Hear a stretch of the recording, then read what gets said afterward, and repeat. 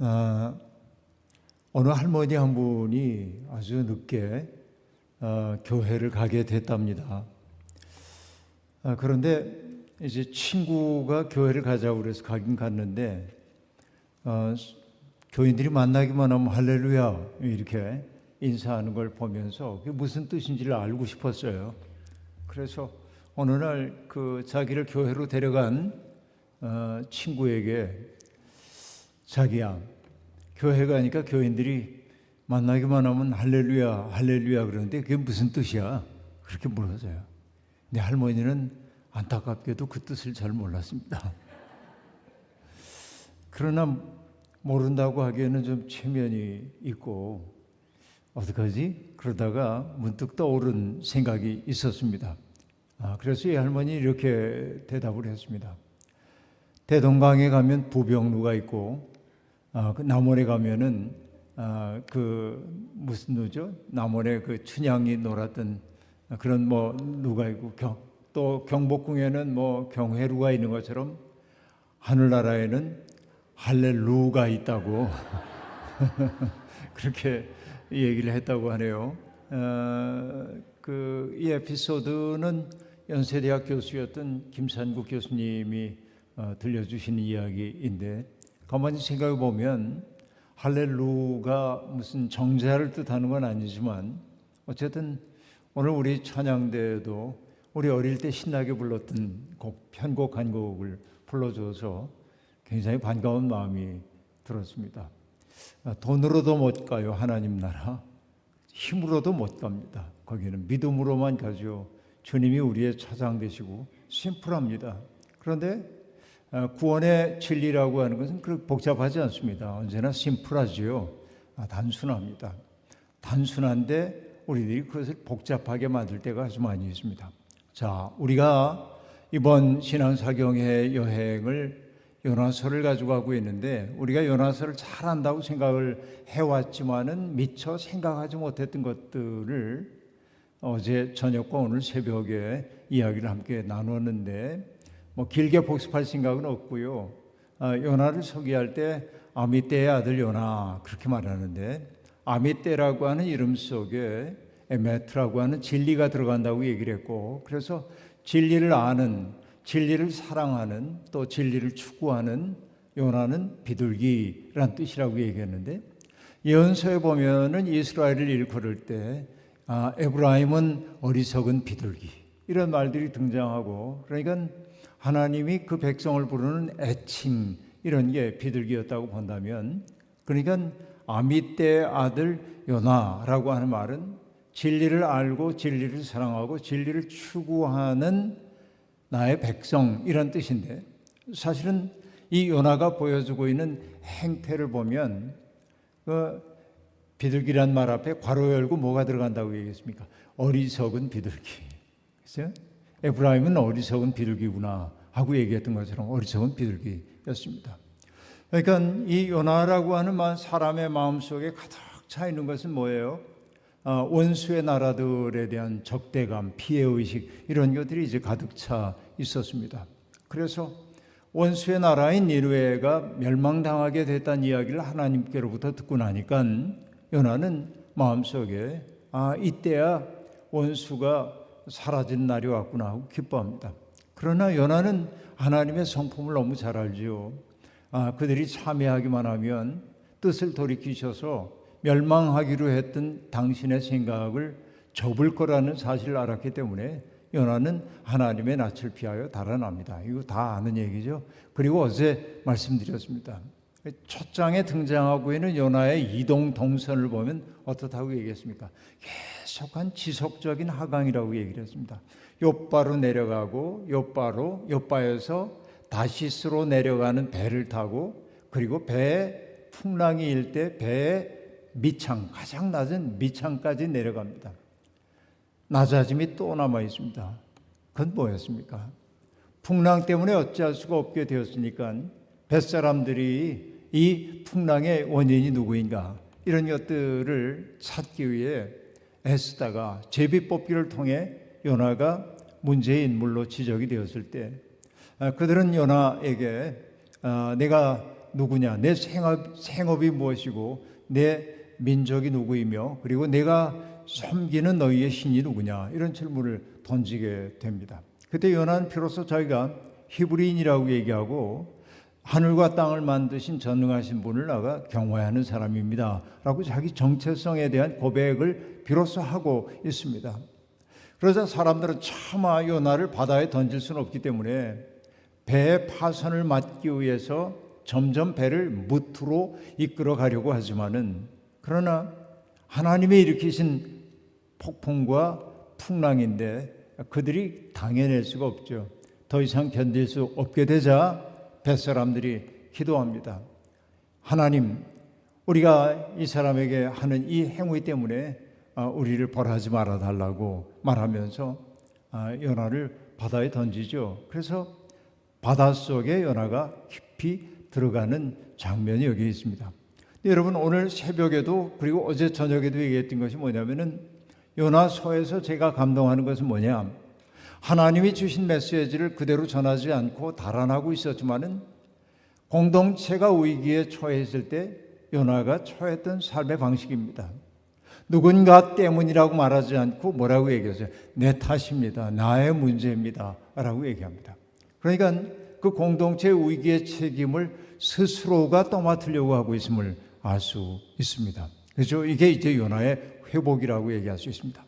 자, 여러분, 성경에 보면은 에덴 동산에서 쫓겨났던 하와와 아담 사이에 두 아들이 태어나고 가인과 아벨이 태어났고, 알다시피 불행하게도 에덴 이후에 태어난 첫 번째 존재인 가인은 형제 살해자가 되었던 우울한 역사를 우리가 알고 있습니다. 그리고 가인의 후손 가운데 라멕이라고 하는 사람은 아주 폭력적인 노래를 불렀습니다. 자기의 두 아내인 아다와 실라에게 자랑을 하지요. 어떤 젊은 남자가 나에게 상해를 입혔기 때문에 내가 7배나 갚아줬다는 거야. 그리고 내가 나에게 상처를 입힌 자를 죽여버리고 말았다고 얘기합니다. 자기에게 조금이라도 피해를 입힌다고 한다면 7배나 갚을 생각이 있다고 얘기합니다. 이게 라멕의 노래입니다. 그러니까 점점 세상이 폭력을 향해 치닫고 있었습니다. 그리고 여러분, 성경에서 가장 안타까운 이야기가 이 노아의 이야기 바로 직전에 등장합니다.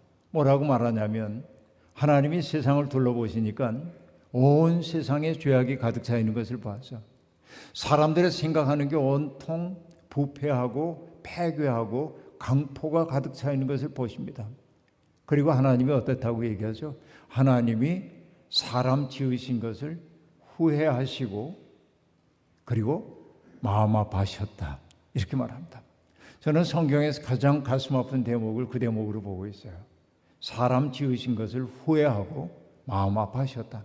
근데 이 성경 구절을 만날 때마다 내가 그 말씀을 거울로 삼아 나 자신을 돌아봅니다. 그리고 하나님께 여쭤봅니다. 하나님, 저를 이 세상에 보내신 것을 혹시 후회하고 계시지 않습니까?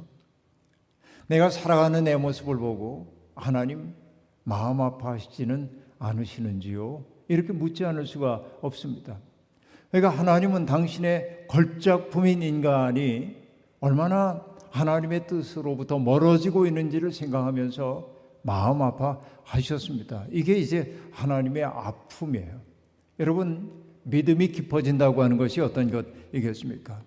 믿음이 깊어진다고 하는 것은 성경 구절을 많이 외우고 또 기도를 몇 시간씩 하고 그런 것만이 믿음 깊어지는 거 아닙니다. 믿음이 깊어진다고 하는 건 하나님의 마음이 느껴지기 시작하는 거예요. 나를 향하신 하나님의 마음이 느껴지고, 그리고 내 이웃들을 바라보는 하나님의 마음이 느껴져서 그 마음 아픔 때문에, 하나님의 마음 아픔 때문에 내 마음이 아파져야 돼. 이게 믿음이 깊어진다고 얘기합니다. 우리가 흔히 어떤 사람들을 보고 저 사람 철들었어 라고 얘기할 때 철이 든다고 하는 것은 뭐죠? 자기만 알고 살던 사람이 타자들을 귀하게 여기기 시작할 때 철드는 거죠. 저만 알고 살던 사람이 어머니 아버지의 고달픔을 이해하기 시작할 때 철들었다고 얘기하죠. 그러나 여러분, 사람이 철들기 참 어려워요. 그래서 우리말에 그런 거 있잖아요. 철들자 망령, 그런 말. 정말 인생이 그런 것처럼 느껴지기도 합니다. 그러니까 여러분, 믿음이 깊어진다는 것을 간단하게 생각해 보세요. 하나님의 마음 아픔이 내게 아픔으로 다가오고, 그렇죠? 하나님은 당신이 만드신 세상이 파괴되는 걸 볼 때 하나님의 걸작품이고 하나님의 형상인 어떤 사람들이 비인간의 자리로 떨어지는 것을 보게 될 때 마음 아파하시는데, 내 마음이 하나도 안 아프다고 한다면 그걸 보고도 나는 하나님을 사랑하는 사람이라고 얘기할 수 없어요. 제가 계속해서 얘기합니다마는 내가 누군가를 사랑한다고 하는 말의 의미는 어떤 것입니까? 사랑해본 사람들은 압니다. 내가 정말로 사랑하는 사람이 생겼을 때 그의 기쁨은 조금의 유보도 없는 나의 기쁨입니다. 여러분, 내가 사랑하는 사람이 좋은 일 생겼을 때 정말 기분 나쁘네, 그럴 사람 있어요? 아무도 없죠. 너무나 행복하죠. 우리가 부모님들이 자녀들이 잘 되면은 자랑스러워 하잖아요. 자식 질투하는 부모님 계십니까? 없죠. 사랑하기 때문에 그런 겁니다. 근데 여러분, 사랑의 더 깊은 것은 기쁨 속에서만 드러나지 않습니다. 어떨 때 오죠?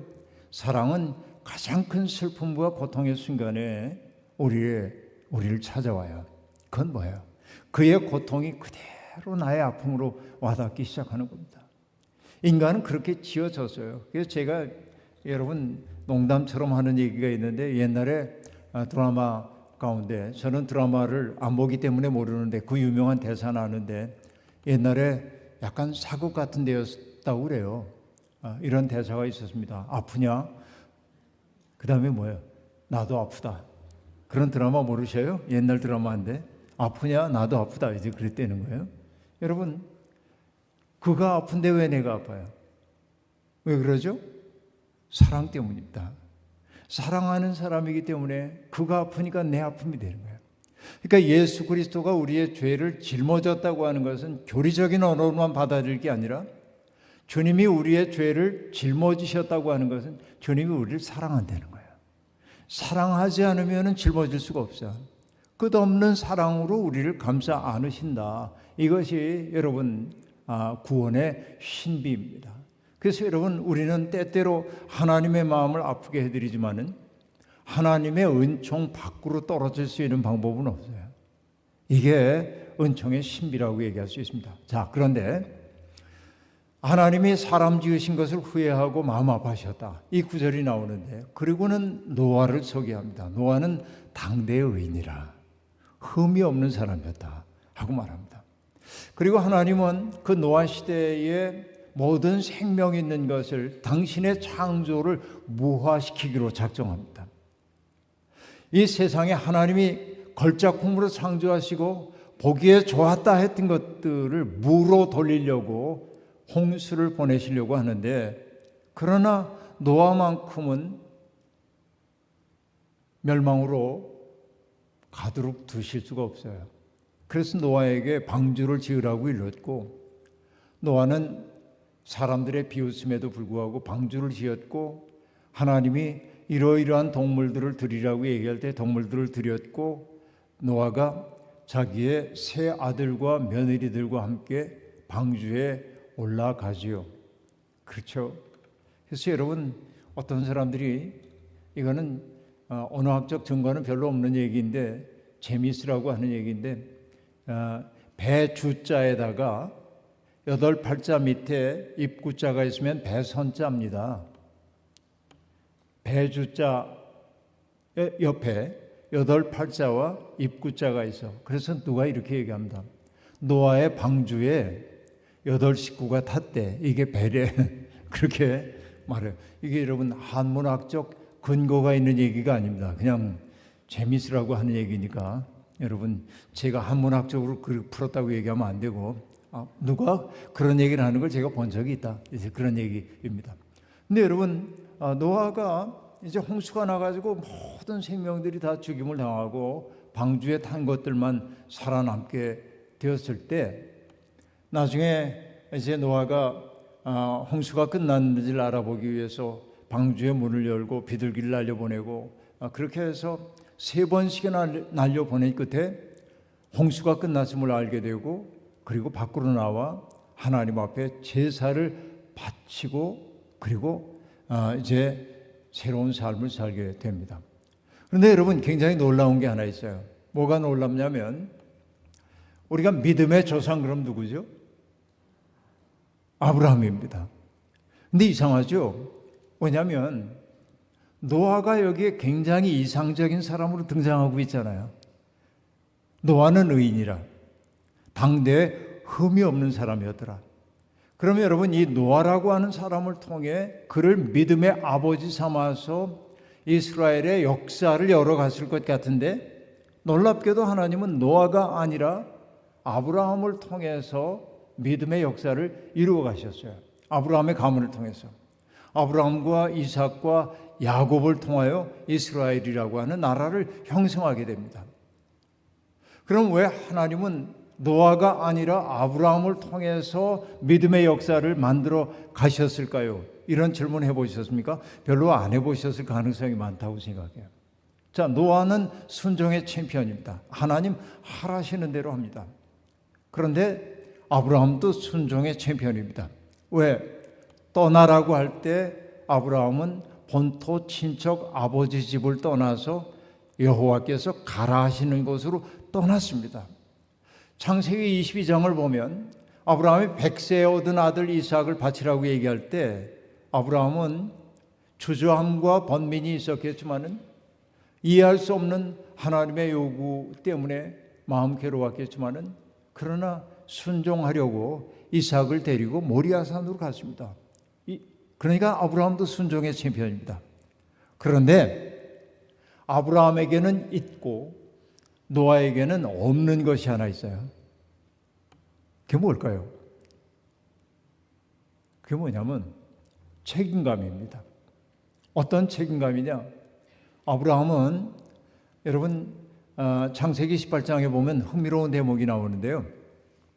아브라함이 자기 장막 앞에 이렇게 있다가 약간 졸음이 겨웠든지 졸고 있다가 문득 눈을 들어보니까 낯선 사람 세 사람이 자기의 장막 앞에 있는 것을 봅니다. 아브라함이 달려가죠. 그리고 그들 앞에 머리를 땅에 대고 절하면서 얘기합니다. 먼 길 오셨을 텐데 참 잘 오셨다고 어르신들께서 저를 좋게 여기신다면 기꺼이 내 손님이 되어주셨으면 좋겠습니다.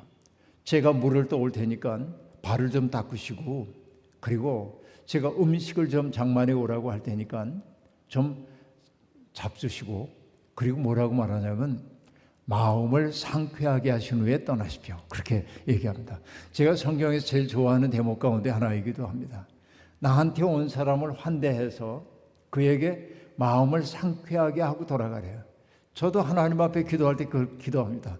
나하고 만나는 사람들이 만나고 나면 마음속에 있던 울적함들이 좀 사라지고 그리고 마음속에 있었던 부정적인 것들이 사라지고 상쾌해져 돌아갈 수 있게 해주세요. 하나님께 그렇게 기도하는데 아브라함도 그렇게 기도합니다. 그리고 여러분 아브라함이 사라에게 빵을 좀 만들어 오라고 그러니까 빵을 얼만큼을 만드냐면 반죽을 3스와를 했다고 얘기하는데 그 스와라고 하는 건 말보다도 큰 거예요. 그럼 3사람을 위한 빵을 뭐냐면 3말 이상을 만든 거예요. 엄청나게. 그 얘기는 뭡니까? 아주 융숭한 대접을 했다는 뜻을 3스와의 밀가루로 반죽을 했다는 그런 이야기입니다. 그리고 짐승 우리에 가가지고서는 살진 소를 잡아다가 대접을 하는 거예요. 그러니까 잘 대접을 받고 그들이 길을 가다가 아브라함도 같이 동행합니다. 발에 드리기 위해. 그러다가 그들이 문득 이렇게 얘기합니다. 우리가 하려는 일을 아브라함에게까지 숨기겠는가 하고 말하면서 자기들이 이 세상에 온 까닭을 얘기합니다. 하나님의 천사들이었는데 그 까닭이 뭐예요? 소돔 성에서 들려오고 있는 그 아주 그 참담한 소리가 들려와서 소돔을 멸망시키려고 하는데 멸망하기 전에 현장 조사를 나왔다는 거예요. 우리 식구로 얘기하면. 그러자 아브라함이 뭐라고 얘기합니까? 주의 뜻이 이루어지이다 그럽니까? 안 그러죠? 뭐라고 얘기합니까? 아브라함이 이의를 제기합니다. 의인을 악인과 함께 죽게 함이 하나님의 의로움에 합당합니까? 질문을 던집니다. 그러면서 묻습니다. 소돔성에 의인 50명이 있으면 어떻게 하시렵니까? 그러자 주님이 대답하십니다. 50을 인하여 멸망시키지 않겠다. 한 말씀만 더 드리고 싶습니다. 만약에 그러면서 점점 깎아갑니다. 40명, 30명, 20명, 10명으로 갈까요? 여러분, 정말 내가 죽음을 무릅쓰고 지금 소돔성에서 죽임을 당할 수밖에 없는 그 가련한 사람들을 생각하면서 지금 아브라함이 그들을 어떻게든지 구하고 싶은 마음 때문에 그렇게 하나님 앞에서 두려움을 무릅쓰고 중보하고 있는 겁니다. 우리가 알다시피 소돔성에는 의인 10명이 없어서 아브라함의 조카인 롯의 일가족은 탈출하고 나머지는 전부 멸망했음을 압니다만 아브라함은 어떤 존재입니까? 누군가에 대한 책임을 지려고 하는 존재였다. 그러니까 아브라함에게는 있고 노아에게는 없었던 것이 뭐냐면 그런 타자에 대한 책임감이었다 하는 얘기입니다. 노아는 여러분 방주를 만들고 홍수로 하나님이 세상을 멸망시키려고 할 때 하나님 앞에 나서가지고서는 조금만 더 참아달라고 기회를 달라고 안 합니다. 방주 만들려니까 만들고 들어가려니까 들어가고 홍수가 났을 때 방주문을 열고 들어오세요 이런 거 안 합니다. 그렇죠? 순종의 챔피언이었지만은 그는 다른 생명들에 대한 애끓는 그런 마음이 좀 부족했던 것으로 보입니다. 그러니까 하나님이 선택하시는 사람들이 누구인가를 보면은 누군가에 대해서 책임을 질 줄 아는 사람이에요. 이게 다 통합니다. 아브라함의 경우도 그랬고 지금 요나의 경우도 그런 거죠. 하나님의 낯을 피하여 달아나던 그가 배에 승선하고 있던 모든 사람들이 파선으로 말미암아 죽음의 위협을 당하게 될 때 그가 뭐라고 얘기하냐면 내 탓입니다. 내가 하나님의 뜻을 저버리고 달아나기 때문에 이런 사단이 벌어졌으니 나를 바다에 던지라고 얘기를 하고 있습니다. 이것이 여러분 요나의 위대함이에요. 이게 구원의 시작이라고 얘기했습니다. 그래서 그들은 어쩔 수 없이 요나를 바다에 던졌습니다. 그런데 성경이 뭐라고 얘기합니까? 여호와께서 이미 큰 물고기를 예비하셔서 요나를 삼키게 하셨으므로 요나가 밤낮 3일을 물고기 뱃속에 있었다라고 얘기합니다. 자, 여기에서 우리가 요나서에서 거듭 반복되는 이야기를 봐야 하는데 뭘 봐야 하냐면은 하나님이 뭘 보내세요? 풍랑과 폭풍과 큰 파도를 보내셨죠. 그리고 여기는 누구를 보내세요? 물고기를 보내셨다. 계속 보내셨다는 얘기가 등장하고 있습니다. 이건 뭐죠? 여러분, 이스라엘 사람들이 생각할 때 하나님이 여호와 하나님이 무능력해가지고 바벨론으로부터 자기들을 구원해내지 못한 것처럼 여겼어요. 아수르로부터 우리를 구원하지 못한 것은 하나님의 무능 때문이라고 생각했어요. 그러나 이 요나서가 계속 하고 있는 그 얘기, 풍랑을 보내고 파도를 보내고 물고기를 보내서 뭔가를 하도록 하고 있는 그 하나님 뭐냐면 온 세상을 다스리는 분이에요. 그렇죠? 창조주 하나님, 온 세상을 다스리는 분으로 하나님을 지금 얘기하고 있어요. 여러분, 동화 같은 얘기라고 하지 말고 그 이야기 속에 담겨있는 정말 깊은 신학을 우리들이 보기 시작해야 한다 하는 얘기입니다. 그럼 여러분, 이 요나가 물고기 뱃속에 들어갔다라고 얘기합니다. 그러면 여러분 생각해 보세요. 여러분이 지금 물고기 뱃속에 들어가세요. 상쾌하십니까? 답답하겠죠? 암담하겠죠? 죽음의 공포가 있겠죠? 그런데 여러분, 살다 보면 우리도 물고기 뱃속에 갇힌 것 같은 상황 속에 처할 때가 참 많이 있습니다. 정말로 그러합니다. 내가 어떻게 해볼 수 없는 상황이 다가오지요. 개인적으로도 그렇고 역사적으로도 그렇습니다.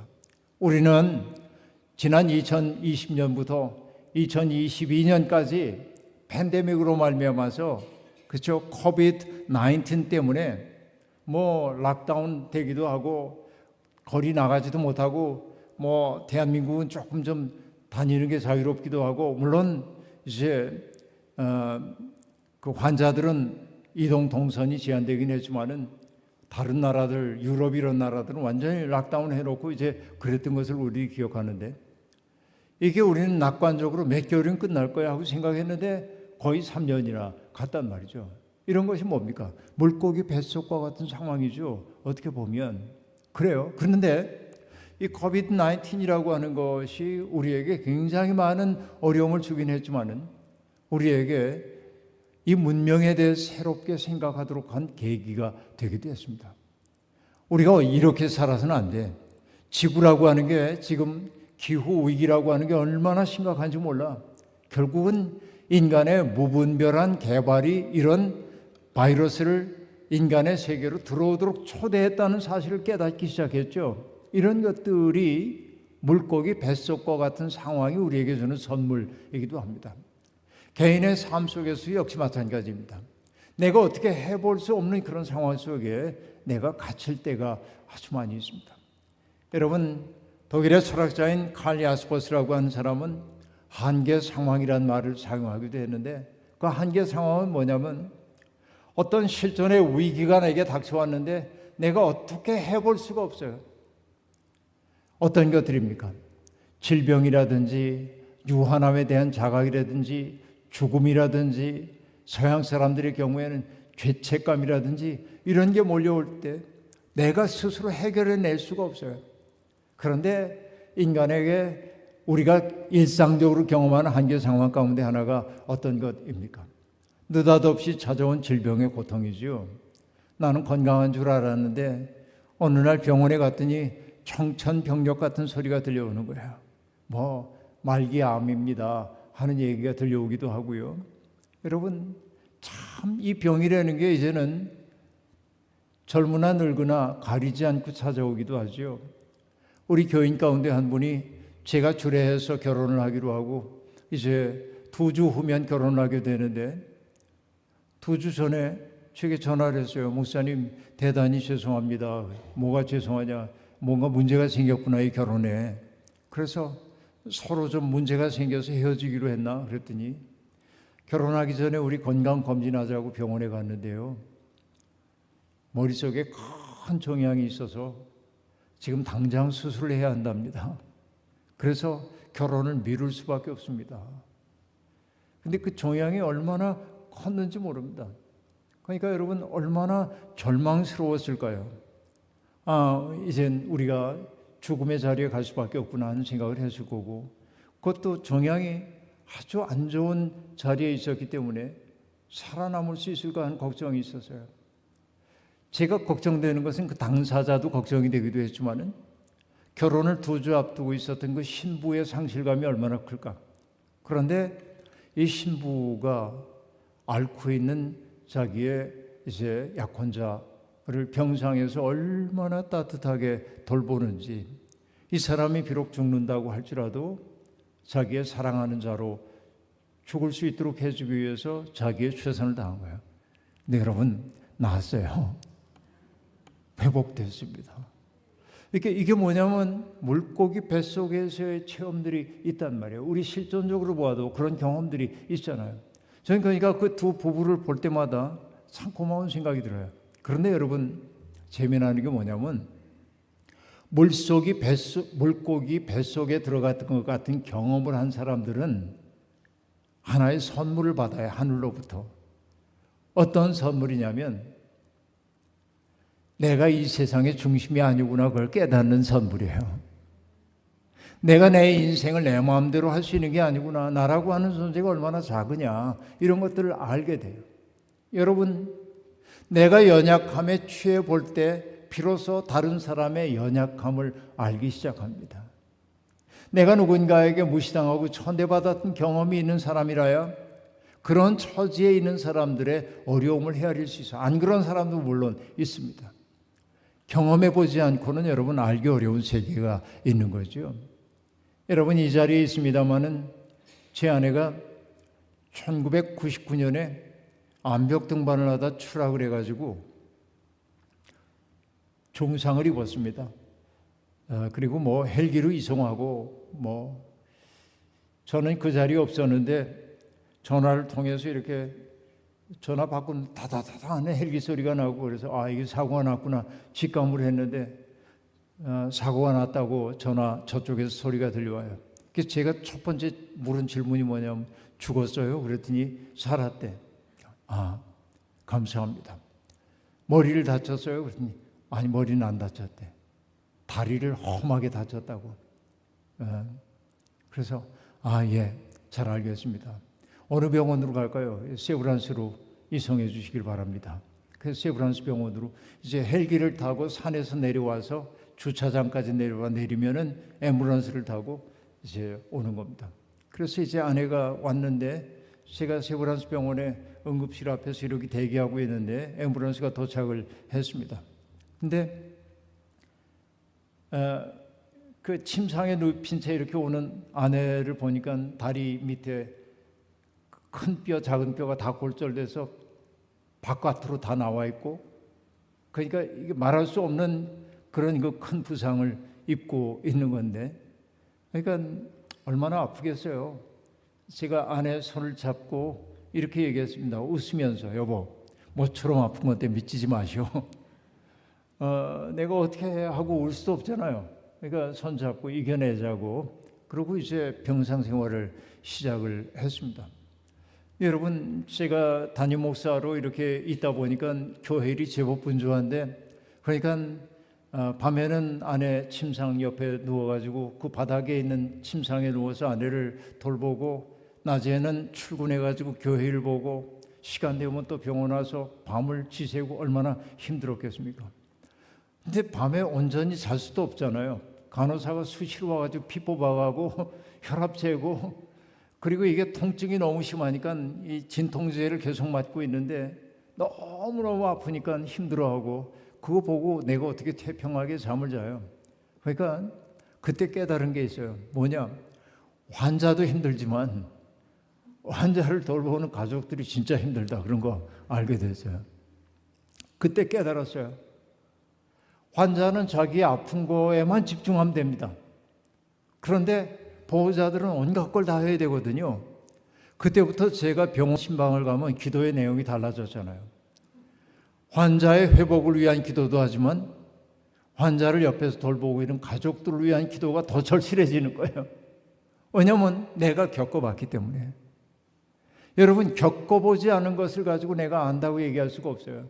그게 제가 어제 얘기했던 그 얘기예요. 누군가의 아픔을 내가 알아보지 않고는 그를 안다고 얘기할 수 없다. 그래서 아름에서 알미 나온다고 제가 얘기했어요. 기억나세요? 리을 히읗, 리을 기억, 리을 미음, 이렇게 얘기했죠. 누군가의 고통을 내가 겪어봐야 아는 거예요. 그러니까 예수 그리스도가 우리의 모든 죄를 짊어졌다고 하는 건 뭐냐면 내가 겪고 있는 그 고통을 예수님이 함께 알아내시는 거예요. 그렇기 때문에 우리를 아셔. 내 마음의 고통을 내가 안다. 내가 얼마나 힘든지 내가 알아. 여러분, 이 사랑이 우리를 살게 하잖아요. 그러니까 여러분, 물고기 뱃속과 같은 경험은 불유쾌한 경험이지만 누구도 하고 싶지 않은 경험이긴 하지만은 그 경험이 있기 때문에 우리는 조금 겸손해져요.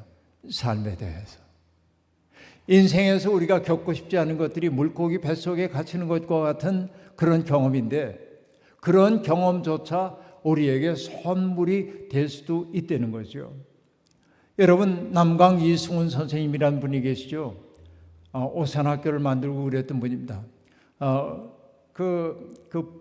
평안도에서 유기장사를 해서 큰 부를 이루었던 분입니다.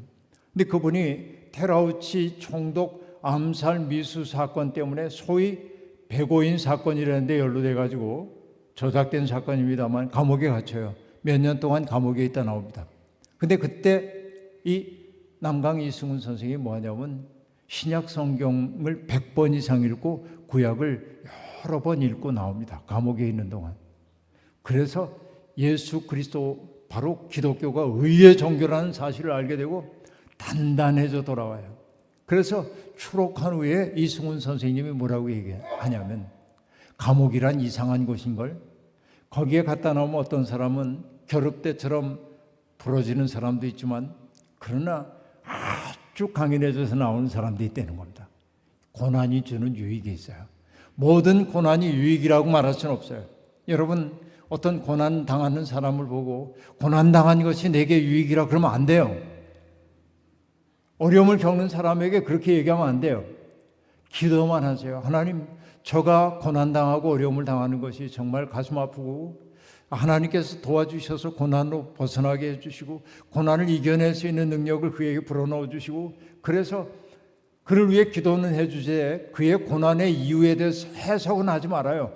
그리고 그냥 그가 울고 싶을 때 기대의 언덕이 되어주세요. 고난당하는 사람에겐. 그래서 나중에 그가 고난을 이겨내고 나면 그의 입에서 고백이 나와야 돼. 고난당한 것이 내게 유익이라. 그럴 때 우린 옆에서 뭐냐 아멘 그럼 돼요. 먼저 내가 해석해 주려고 하지 말라 그런 얘기예요. 이게 중요한 태도라고 저는 그렇게 여기고 있습니다. 어떤 사람이 어려움을 겪고 있는데 그게 다 하나님이 당신에게 복 주려는 시험이야 이런 식으로 얘기하면 여러분 재수없게 들려요. 그런 말들이. 그때는 안 들려요. 이런 말들이. 그러니까 그렇게 하면 안 되고 기도만 하세요. 그렇게 유익이 되게 해달라고. 여러분 얘기가 많이 곁길로 갔습니다마는 그 요나가 물고기 뱃속에 있을 때 비로소 하나님께 기도하기 시작해요. 자, 물고기 뱃속에서 내가 할 수 있는 일이 아무것도 없어요. 아무것도 내가 할 수 없구나. 내 삶의 주인이 난 줄 알았더니 내 건강도 내게 아니야. 여러분 오늘 우리가 숨을 쉬고 살고 있습니다마는 내가 숨 쉬는 게 내가 쉬는 거죠. 물론 나는 숨을 참을 수 있습니다. 1분 동안 의지적으로. 그런데 여러분 이 숨이 내 거라고 생각하지 마세요. 왜 그러냐면 세상을 떠나는 사람은 자기의 마지막 숨을 쉬고 가는 겁니다. 나는 숨을 더 쉴 거야 그래도 소용없어요. 이게 시편이 뭐라고 얘기합니까? 하나님이 숨을 거둬가시면 모든 것은 본래의 자리로 돌아갑니다. 그래서요. 그 얘기는 뭐죠? 숨은 누구의 거예요? 하나님의 것이지요. 바로 그게 뭡니까? 하나님이 흙으로 아담을 빚으신 다음에 그의 코에 생기를 불어넣었다고 얘기하고 있는데 호흡을 불어넣었다고 얘기하는데 그것은 아담에게만 해당되는 얘기가 아니고 오늘 내가 숨을 쉰다고 하는 것이 하나님이 내 속에 숨을 불어넣기 때문이에요. 그러니까 그 얘기는 뭡니까? 살아있음이 은총이에요.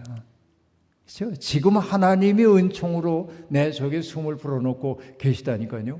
그러니까 여러분 정말 요나가 그 물고기 뱃속에서 내가 할 수 있는 일이 아무것도 없다고 느낄 때 그가 할 수 있는 유일한 게 뭐냐면 기도밖에 없어요. 하나님, 나의 인생을 돌아보지 않을 수가 없습니다. 하나님 앞에서 자기의 인생을 돌아보는 거예요.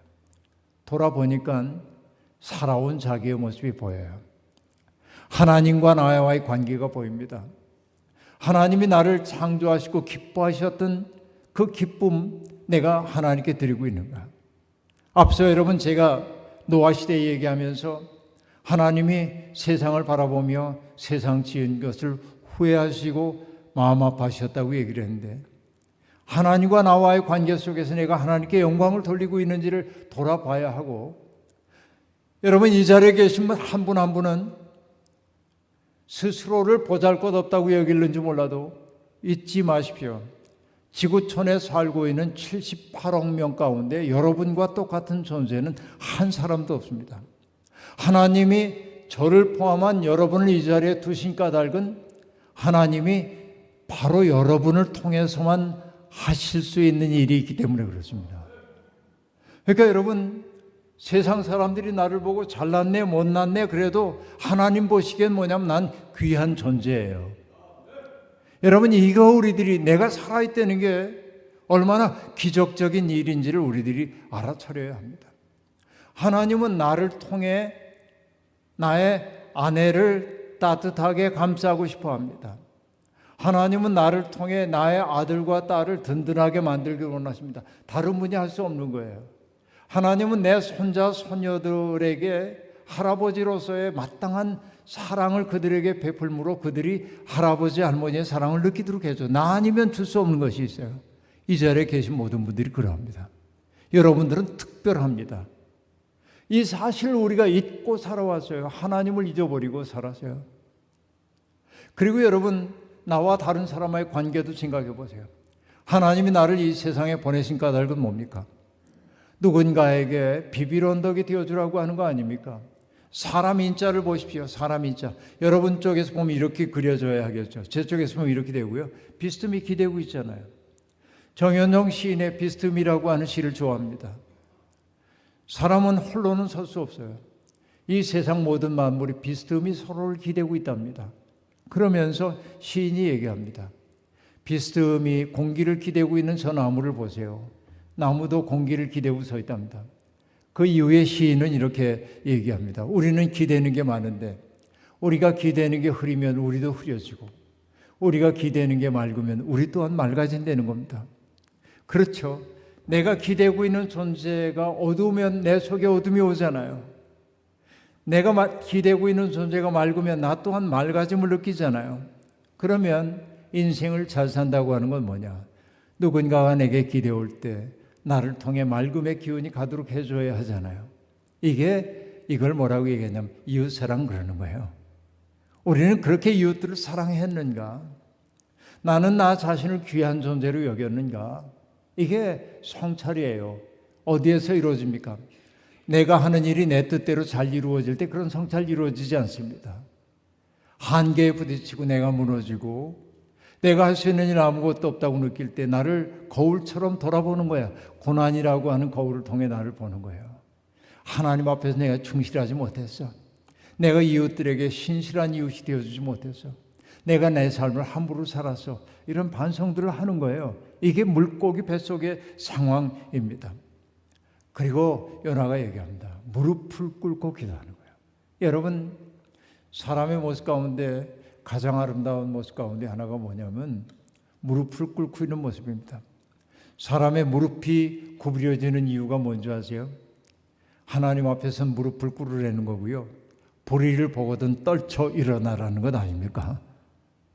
이게 무릎이 구부러지는 이유 아닙니까? 그러니까 요나는 하나님을 피하여 가던 요나가 비로소 뭐예요? 하나님이 현존 앞에 무릎을 꿇었다 하는 얘기요. 그렇죠?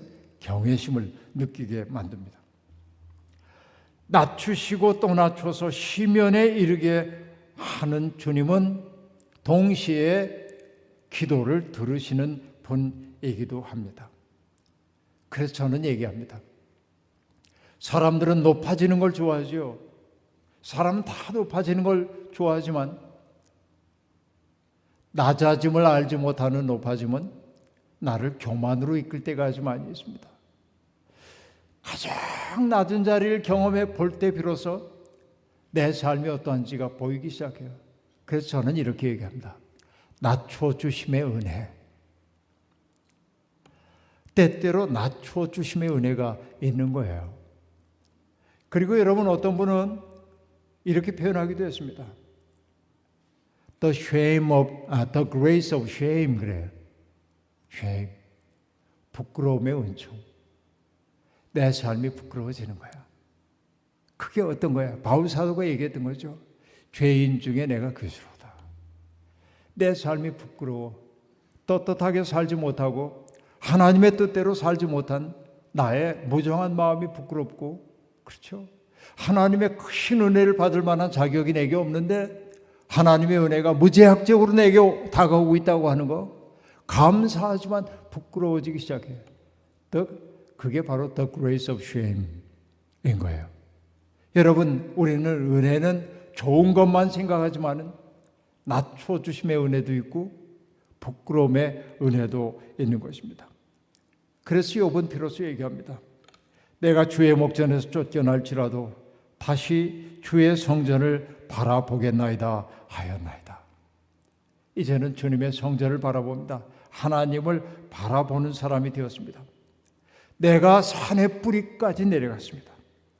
땅이 급빗장으로 오래도록 나를 막아싸우나 하나님, 당신께서 나를 내 생명을 구덩이에서 건지셨나이다 라고 말합니다. 자, 여기에서요 한 가지를 더 얘기합니다. 물고기에 갇혔잖아요. 물고기 뱃속에.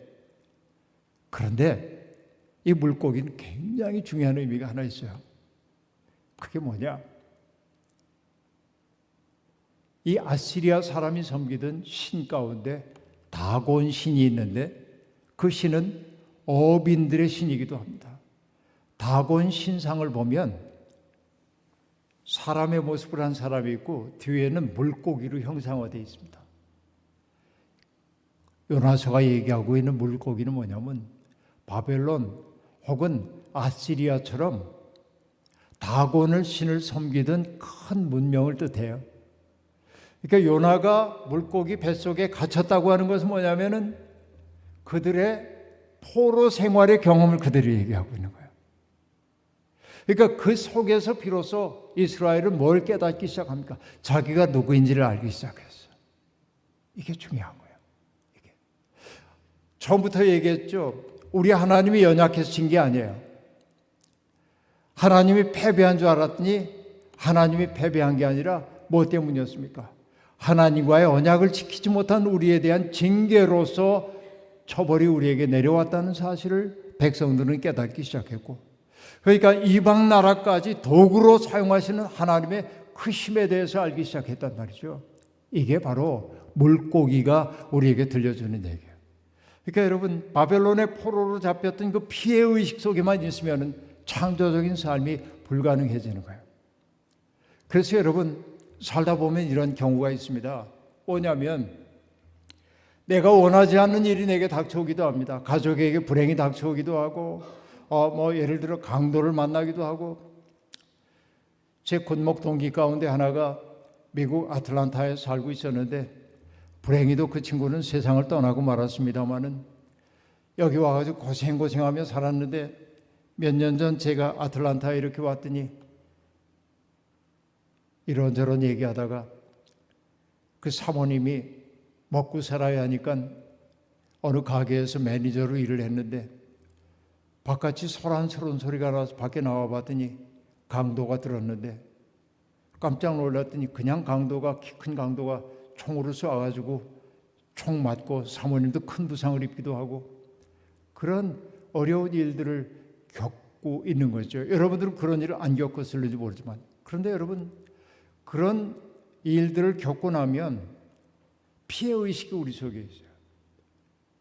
피해자의식 같은 것들이 우리 속에 있습니다. 여러분 혹시 들어보셨는지 모르겠습니다만은 지금 이화대학에서 가르치고 있는 이지선 교수라고 하는 분이 있는데, 이분은 이화대학 재학 시절에 학교 바로 밖에서 차를 타고 오빠와 함께 어딜 가려고 그러는데 트럭이 와서 들이받는 바람에 타고 있던 차에 불이 나가지고 화상을 입습니다. 온몸에 화상을. 그래서 다 온몸이 오그라들었어요. 그리고 여러분, 수십 번의 수술을 통해서 재활하고 죽음 직전까지 간 상황들이 얼마나 많았는지 모릅니다.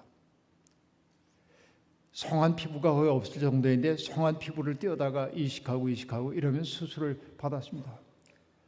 정말 놀랍게도 뭐냐면 그가 공부해서 미국에 유학을 와서 박사학위를 받았고, 그리고 한동대학에 가서 교수를 하다가 이제는 모교인 이화대학에서 학생들을 가르칩니다. 여전히 화상을 입은 그 모습은 그대로 남아 있습니다. 그런데 이분이 하는 일이 뭐냐면은 많은 일들을 하고 있지만은 그 가운데 하나가 범죄를 저질러서 감옥에 들어가고 방치된 아이들을 돌보는 단체가 있는데, 그 아이들이 모일 때마다 이지선 교수가 와서 격려를 하는 거예요. 저도 그 단체에 가서 설교를 할 때가 있는데 이지선 교수가 늘 반갑게 저를 맞아주는데, 어느 날 제게 자기의 책을 주어서 집에 가져와서 그의 수기를 쭉 보고 있었습니다. 그런데 그가 뭐라고 얘기하냐면, 나는 그 사고와 잘 헤어진 사람이다 그래요. 그 얘기는 뭐예요? 불행하게 닥쳐온 사건이 있었지만은 그 사건이 주고 있는 부정적인 그 순간의 기억 속에서 희생자로 남아있지 않고 그런 고통스러웠던 사고조차 내 삶의 일부로 받아들이면서 내가 할 수 있는 최선을 다했다는 거예요. 그래서 자기를 나는 그 사고와 잘 헤어진 사람이래. 여러분, 바로 이겁니다. 우리가 비록 물고기 뱃속에 갇힌 것 같은 상황 속에 있다 할지라도 그 물고기 뱃속의 상황 속에서 나를 돌아보고 하나님의 은혜를 체험할 수 있다고 한다면 우리 앞에 새로운 삶이 당도하리라는 사실은 분명합니다. 잊지 마십시오. 여러분은 하나님의 기가 막힌 작품입니다. 여러분이 이 자리에 있는 까닭은 하나님은 여러분을 통해 하시고 싶은 일이 있기 때문에 그렇습니다. 그렇게 스스로를 귀히 여길 수 있어야 합니다. 하나님은 바로 여러분과 더불어 세상을 고치기를 원하십니다. 우리가 하나님을 믿는 것도 위대하지만은 하나님이 나를 신뢰해 주신다는 사실을 받아들이는 것이 믿음입니다. 여러분의 믿음이 깊어져서 정말 하나님의 꿈을 가슴에 품은 사람으로 아름답게 살 수 있기를 주의 이름으로 축원합니다.